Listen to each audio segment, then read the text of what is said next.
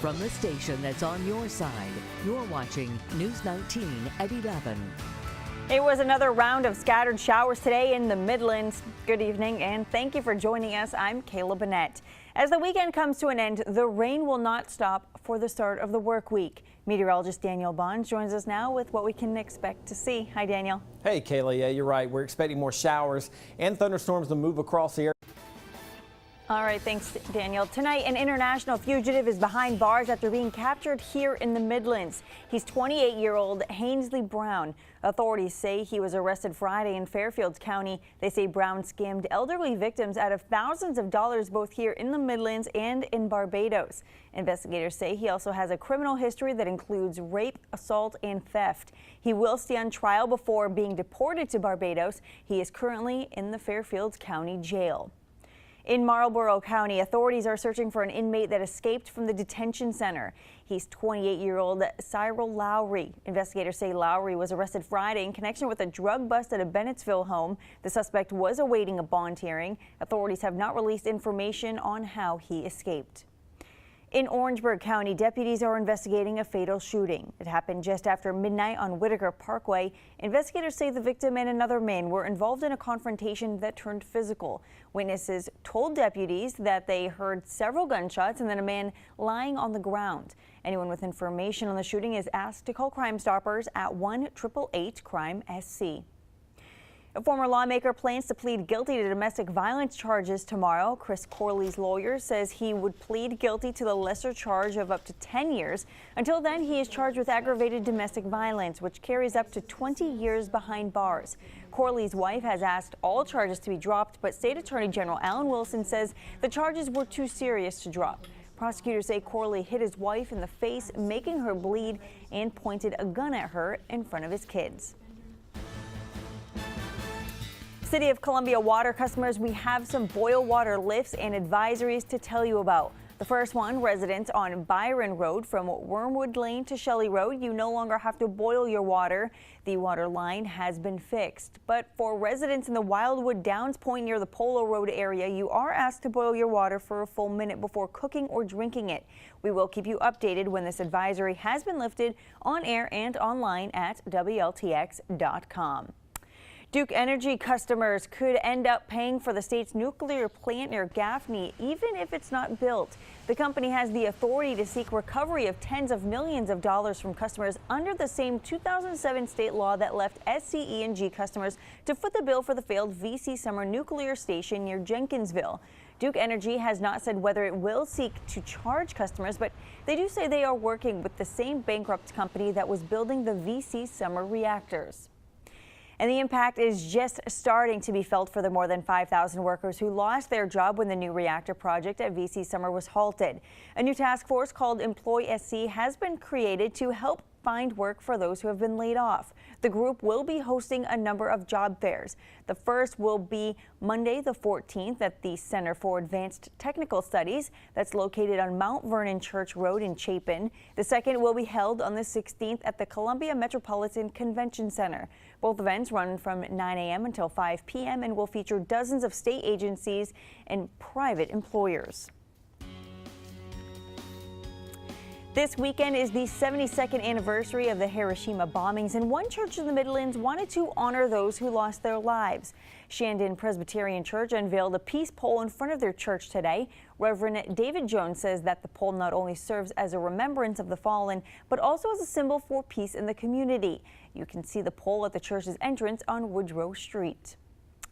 While protecting our freedom, there are many military men and women who are severely injured and they cannot live in their own homes because it's not accessible. But this morning, dozens of motorcyclists expressed their support for those men and women injured in combat. It was our job to maintain security for the town. You know, Taliban would come in from the mountains and try to attack us and whatnot. Army Sergeant Robert Barber's life changed on June 20th, 2012, while he was deployed in Afghanistan. I was hit by a suicide bomber and we lost 3 guys. 5 men, including Barber, were severely injured. I actually had a heart massage because I bled totally out. His right leg was amputated and he lost complete use of his left leg. When he returned to the States, he struggled to live in his own home. But thanks to Homes for Our Troops, Barber was given a new lease on life. It gives you your freedom back. Homes for Our Troops is an organization that helps permanently injured military veterans find accessible homes. There's a lot of veterans that need homes, well over 2,000 veterans that need homes that are severely wounded. And on Sunday, dozens of motorcyclists took to the streets to benefit the nonprofit. I just can't think of a better cause. Bikers who think that it's important to support our military, to support the soldiers that have given so much and sacrificed so much. And this is their way to show their support and give back. Barber says he is speechless to see the amount of support from the community. It makes you feel better. That you have your country backing you up. He is now living his life step by step, and he thanks Homes for Our Troops for his newfound freedom. If you can't live, that's the whole point of the home, is so you can, have that freedom, get back out there and enjoy life. There are 11 rides nationwide, including one right here in Columbia. Over the last 13 years, they've raised more than $1 million for Homes for Our Troops. It is back to school season, and Richland County is prepared for it. Mayor Steve Benjamin and several others partnered with Why Not U2 Incorporated for a First Day festival that was held today at Spirit Communications Park. Kids had an opportunity to participate in a variety of activities, including free haircuts and face painting. They were also given free notebooks, book bags, and other school supplies. It's just something that we decided to do to help families out for the new school year, to get them a start, but also to introduce them to the baseball stadium in their own backyard. I think that the community now really needs to see that people are willing to support those that are less fortunate. So we just want to do that to make sure the community gets the help that they need. Why Not U2 will hold their next event in December.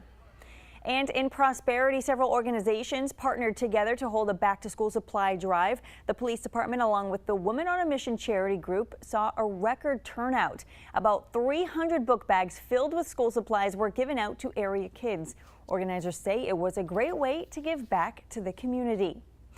The state's Special Olympic athletes will get a big boost, all thanks to the Lexington County Sheriff's Department. Deputies were able to raise over $4,600 in their Cops in Calabash event. The event had deputies helping to serve dinner at Bats Cafe in Lexington. This was the 8th year for the event. While all of us are lucky enough to watch the eclipse in a couple of weeks without having to leave the Midlands, some are hitting the road across the county to witness it. News 19's Nick Jones explains how one RV business is benefiting from the solar eclipse. This is a whole new thing. The solar eclipse is just weeks away, and some people are traveling across the country to experience it. Kenneth Zioli knows it all too well. August 20th, 21st, and we leave on the 22nd. Ma'am, right now I don't have anything available. He's the owner of Mr. Z's RV Park in Gilbert, and he said his phone has been ringing off the hook. I've probably had over 200 phone calls of people wanting to come into the RV parks. And I've filled up my park, and it's been great for me. Bob Morian and Sandra Law traveled all the way from Connecticut to the park to visit family and to see the eclipse as an added bonus. We were supposed to be moving out the day of the eclipse, and we asked Mr. Z if we could stay an extra day just so we could enjoy the experience of it. They were originally supposed to travel to Myrtle Beach the day of the eclipse, but they were worried about traffic and missing it all. We got the best of both worlds, but now we don't have to deal with the 2 million people between here and there. Zioli says RV parks across the Midlands are benefiting from it all, and they need it. It's been great. It's been great. The eclipse has been great for business, and I wish it would last longer than that, but it's been great. In Gilbert, Nick Jones, News 19, WLTX. Most RV parks in the Midlands are booked all the way up, with some of them even having waiting lists in case others do drop out. And with the influx of countless tourists coming in from around the country, parking in the Midlands will be worse than normal. As a result, the City of Columbia will open up several parking decks for Eclipse weekend. Washington Street, Taylor Street, Lady Street, Park Street, and Lincoln Street decks will all open for parking. Event parking rates will apply, and they will only accept cash. And we also want to remind you to join News 19 at the State Fairgrounds for the Total Eclipse Tailgate. We're encouraging you to park, bring some food, and enjoy entertainment and the view of the eclipse. Tickets will be $5 per car. There are more than 100 eclipse-related events in Columbia and around the Midlands that weekend. For a list of events, head over to our website, WLTX.com. Well, it was a beautiful start to our Sunday, but scattered showers and storms moved across the Midlands late this afternoon. Meteorologist Daniel Bonds joins me now. And Daniel, it looks like these scattered showers will be staying around. They do. It looks like that's going to be the trend over the next 7 days, but we're going to start off in the tropics. Well, Joe, we were just talking, it seems like we were just covering basketball season, and the fall sports are already here. Yeah, they are.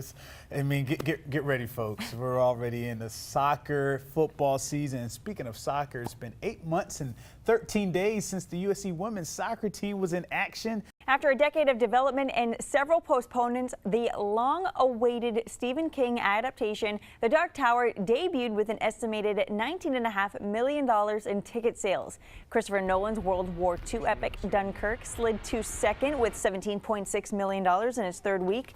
Another long-delayed film made its debut. The Halle Berry thriller Kidnap opened with $10.2 million.